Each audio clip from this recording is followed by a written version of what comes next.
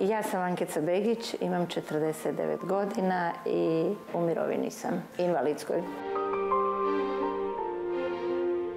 Radi se o tome da sam 7.10.2010. bila na transplantaciji koštane srži, odnosno krvotvornih matičnih stanica u KBC-u Rebro.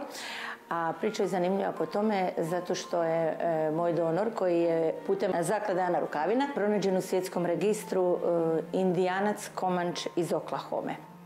Ankicu čeka još jedna transplantacija krvotvornih matičnih stanica u rujnu. Kako bi uopće pristupila operaciji, zdravstvena slika usne šupljine mora biti besprijekorna. Ako zub ili nešto malo nije u redu, dođe do sepse, do upale i kraj. Tako da su zubi u biti jako, jako važni. Bez toga nema uopće ovoga početka postupka transplantacije. Najvažnije mi je u biti zdravlje, jer ja se smijem i sa zubima i bez zuba. Ali naravno da je ljepše kad su bijeli zubi, lijepi osmijeh.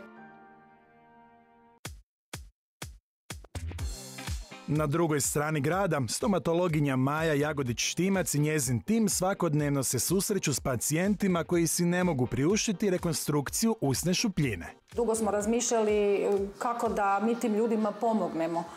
Pa smo mislili, eto, došla je ideja na nekakav pravedan način da obznanimo natječaj za taj naš mali humanitarni projekt i da se ljudi jave sa svojim motivacijskim pismima, s fotografijama. Vidjela sam oglas, besplatan makeover. Ja sam mislim, Bože, dobro, ja sam dobila život, to je stvarno to nema cijene, ali ovako nešto ja nikad u životu nisam dobila besplatno, pa rekao idem se ja prijaviti.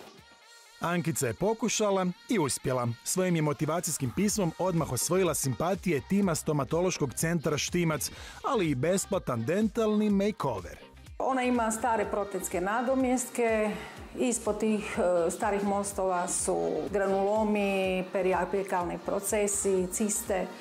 Mi ćemo to nastojati sanirati, sve što je moguće od zubi ćemo spasiti. Mene apsolutno nije strah. Rekla je jedna doktorica, onaj ko preživi sterilne jedinice i prođe tu svu torturu koju mora proći, mene nimalo, apsolutno me nije strah. Ankici je skinut stari keramički most, nakon čega je učinjena revizija liječenja na gornjim prednjim zubima. Svaki zub je precizno snimljen RVG snimkom, vršilo se punjenje korijenskih kanala, a ostaci zuba pojačani su interkanalnim štiftovima. Napravljen je cirkularni most, čime su svi zubi u gornjoj čeljusti povezani. Donji zubi su izbijeljeni kako bi se uskladila boja s novim zubima. A evo i konačnog rezultata. Ankica se ne prestaje smijati, pa je dobrim raspoloženjem zarazila i našu ekipu.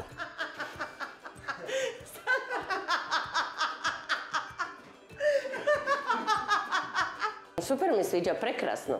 Ko nova, ko da sam druga žena, ko da nisam ja. Bio je to veliki posao, dakle kompletna rekonstrukcija donje čeljusti, prethodno liječenja, raznih štiftovi i razne tehnologije koje smo upotrijebili. Ona je stvarno sada što se tiče dentalnog statusa kao nova. Sve je prošlo nevjerovatno dobro, tretman je trajao otprilike nekakvih 4 tjedna. Ja sam 2 puta zaspala u stolcu, ja ne znam da li je iko ikad zaspao kod zubara.